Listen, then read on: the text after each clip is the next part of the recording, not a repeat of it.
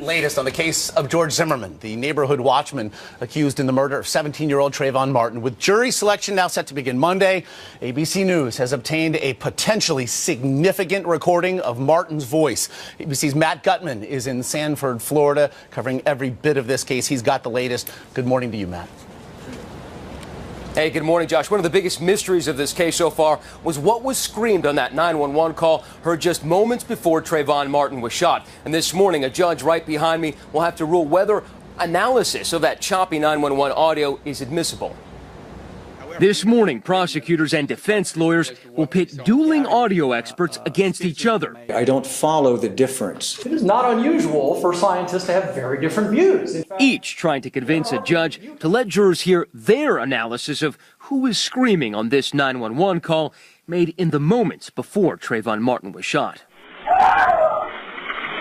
Do you think he's yelling help? Yes. All right, what is your...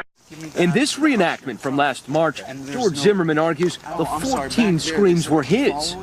Proof, he says, that he fired that single shot at the 17-year-old in self-defense. But Martin's family and prosecutors say the call proves Martin was crying for help before he was killed. Ooh,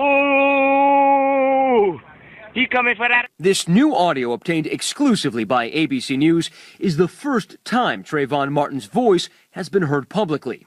Taken from a video he filmed on his cell phone. We need a behind the scenes.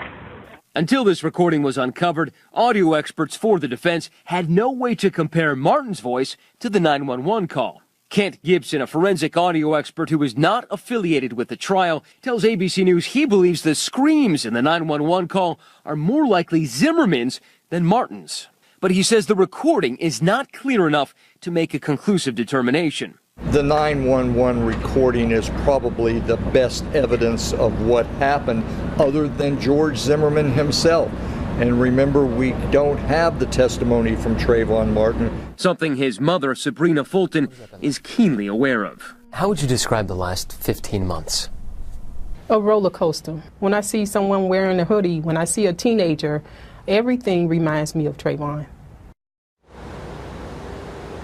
Now, that audio that we obtained was part of a cache found on Trayvon Martin's cell phone. Now, the defense has been saying that the prosecution tried to hide that information from them. They'll be back in court this morning.